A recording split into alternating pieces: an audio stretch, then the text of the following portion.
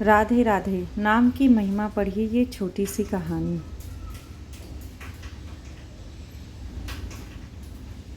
नमस्कार दोस्तों, welcome back to my YouTube channel. हमारे यूट्यूब चैनल पे आपका हार्दिक स्वागत है।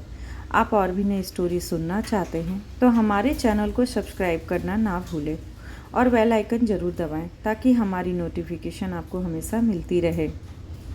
जब हम अपने इष्ट देव का पूरी श्रद्धा और विश्वास के साथ पुकारते हैं तो वे जरूर आते हैं।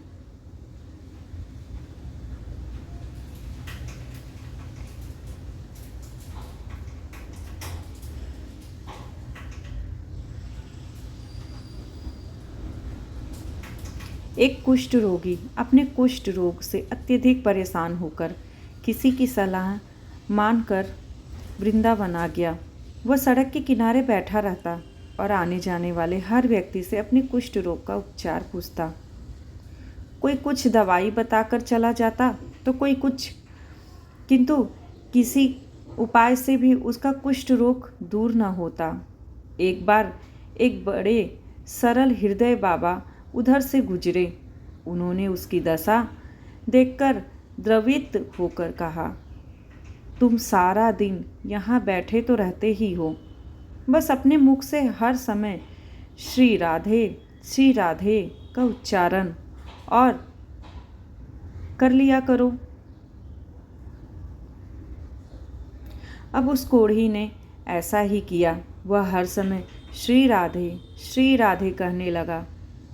उसके घाव में बहुत पीड़ा होती थी, तब भी हर समय करुण स्वर से श्री राधे कहता ही रहता।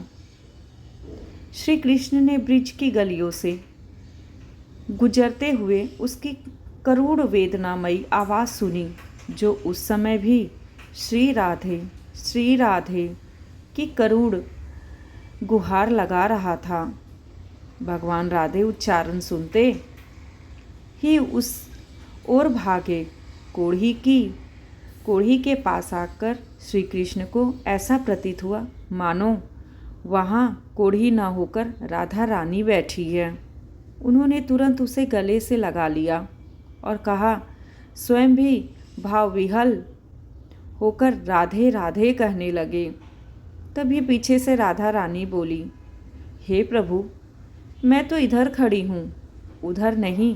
किंतु भगवान को तो कोढ़ी में ही राधा रानी दिख रही थी।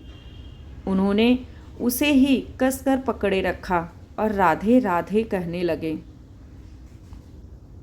कुछ क्षण पश्चात जब प्रभु ने आंखें खोली तो देखा कि राधा रानी तो सत्य में उनके पीछे ही खड़ी थी, किंतु इतने ही क्षणों में भगवान की कृपा और स्पर्श मिलने से कोढ़ी भला चंगा और पूर्णतः स्वस्थ हो चुका था।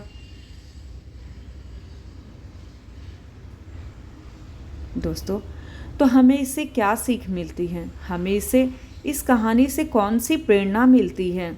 आइए बताते हैं। जब पूर्ण श्रद्धा से कोई कार्य करते हैं तो सफलता जरूर मिलती है, भले ही वह किसी का नाम ही जपने क्यों ना हो। जब हम अपने इष्ट देव का पूरी श्रद्धा और विश्वास के साथ पुकारते हैं तो वो जरूर आते हैं।